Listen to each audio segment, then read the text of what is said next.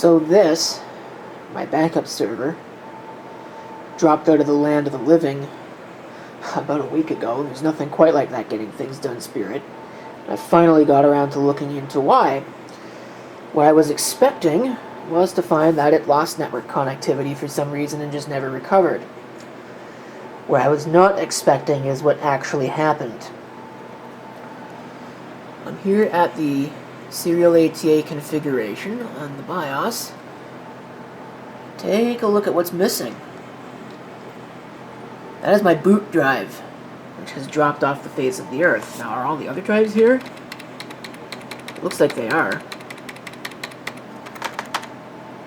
Yeah, all the others are there. It's just that one's not. So I guess I'm going to be replacing that. What fun. I'm also going to be reinstalling from scratch. Again, what fun. Here's the drive. Unbelievably, it's a Western Digital. I've never really had those do that to me. Usually it was the Seagates that just dropped off the bus like that. But I think this drive's been bad for a little while. It's had some bad sectors. And I guess it just finally went all the way, rest of the way bad. So that's not going to be useful any longer. I wasn't going to waste a 250 gig SSD on this because I can think of better uses for these, but I've also got a lifetime supply of them. I mean, not all of these are SSDs, not everything that's in here. That's a switch.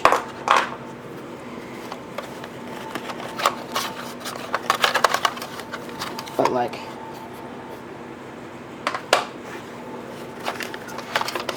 I have a lot of them. That's maybe like half. So I'm just going to go ahead and put one in. And I'm actually thinking I'm going to put it up here. So that way if it does fail, which it probably won't now that it's going up there, then that'll make my life a little bit easier to remove it. Because, like I said, I had to remove a RAM stick in order to get that drive out that was sitting right here. It's not really designed for this. This machine would support NVMe, but buying an NVMe drive in this economy is just out of the question. And on top of that, I need to find the nut and screw because this doesn't have them. Alright, we're now running using a cool 53 watts from the wall. I did go ahead and pull the SATA cables off of all of the other drives because I didn't want to accidentally format them. And there you go. So it's not a motherboard problem that that drive disappeared. Everything I'm going to do with this, or at least I'm going to try and do with this,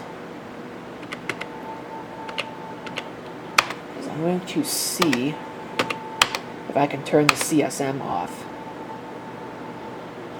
and boot in UEFI mode on this.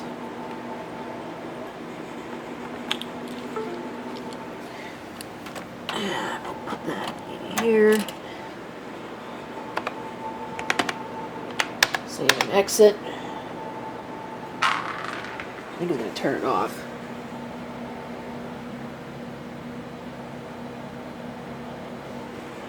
Not sure. Here we go. UEFI OS. SanDisk Cruiser. Install Proxmox backup server from the terminal. I don't need anything else. Hopefully it'll work. Okay, here we go. Should get an IP address, because I do have it plugged into the network. Alright, why are we getting a random address? Because... Okay. Well, I'm going to have to fix that. There's only one target disk we can use. Set that correctly. And I'll put that in. Alright. You should be good to go on this.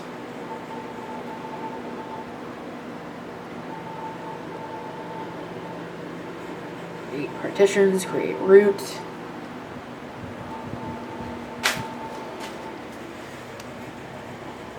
see anything going on with that. Alright, we're rebooting. Unplug that.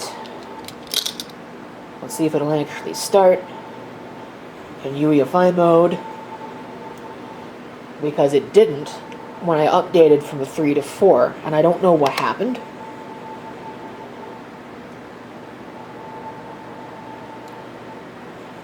Okay, yeah, it is definitely booting. Before, when it would get to that point, it would just reboot the entire computer. So, now what I need to do here is I need to check and see if it's actually online. Make sure it is actually online. Well, it's not offline, that's for sure, so that one disappeared. It was the only one that was offline, so I think we're good to go on that. It is actually getting the right IP address. So now I can plug in all of my drives and hopefully set up my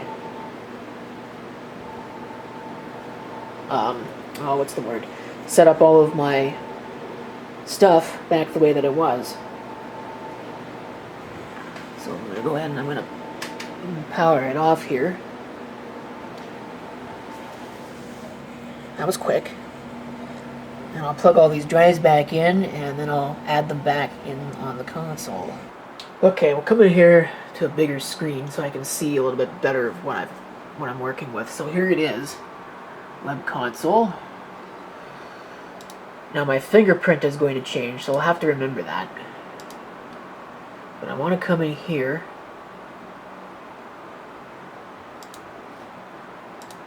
Let me see. I think we're good there. I need to add my metric server. Okay, looks like we're good. We are sending data. I'll change the battery pack my rear end. So it looks like that's good, so I have that going. I don't need to configure that. This I don't need to configure. I don't have any of those. I don't have any of those. Traffic, I don't need to configure that. That's fine. That's fine. There's no subscription. That's fine. Okay, administration. Now,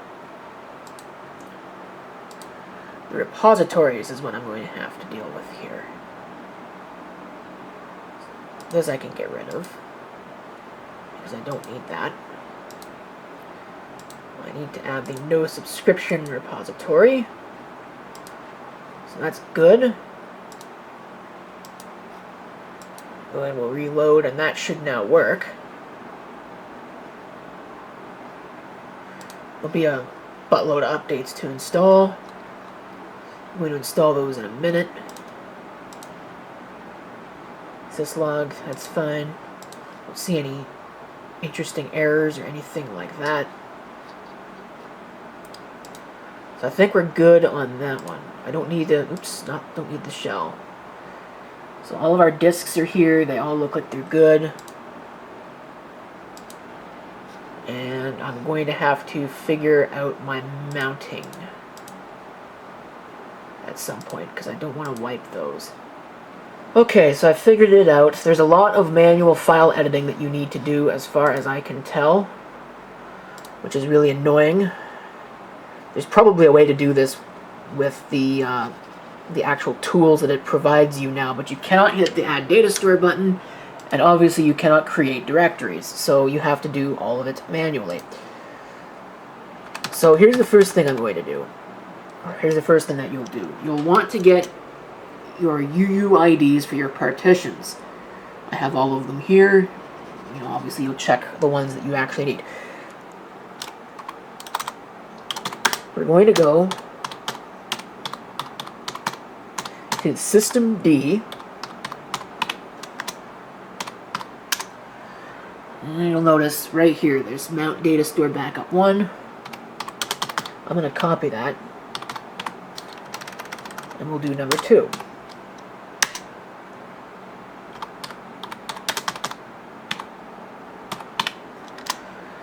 This is what the file will look like. Obviously, you will replace the necessary stuff. So we're going to grab the UUID for the second drive.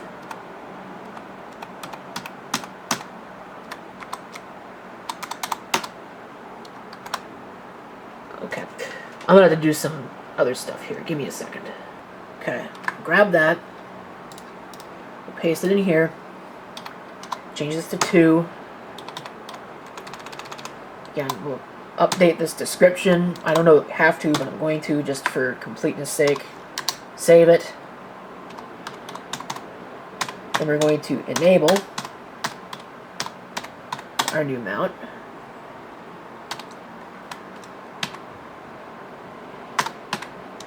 Here we go. And we're going to start it.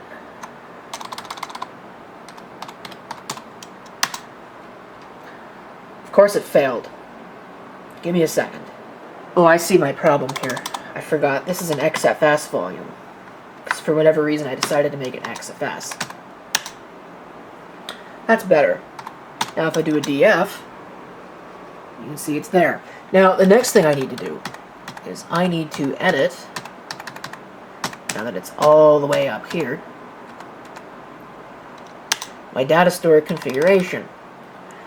I'm going to copy these 2 lines. Alright, I went ahead and I just did them all just for the sake of doing them all. So that's what we need. We need our data store and our path. That's it. And if I reload the console, none of them show up. Why is that?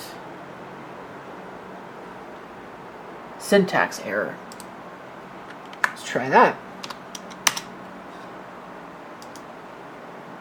There we go. That's better.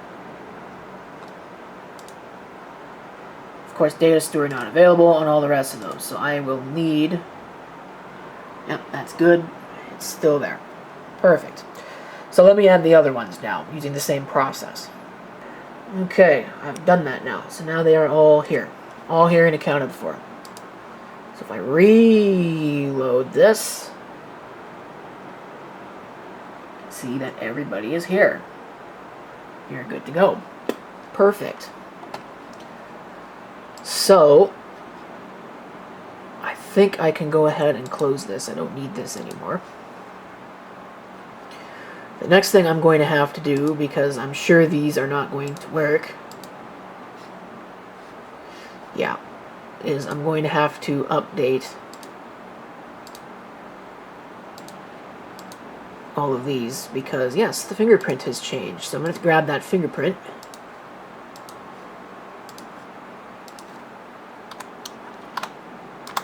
I'm going to have to paste it. Let's see if that fixes it.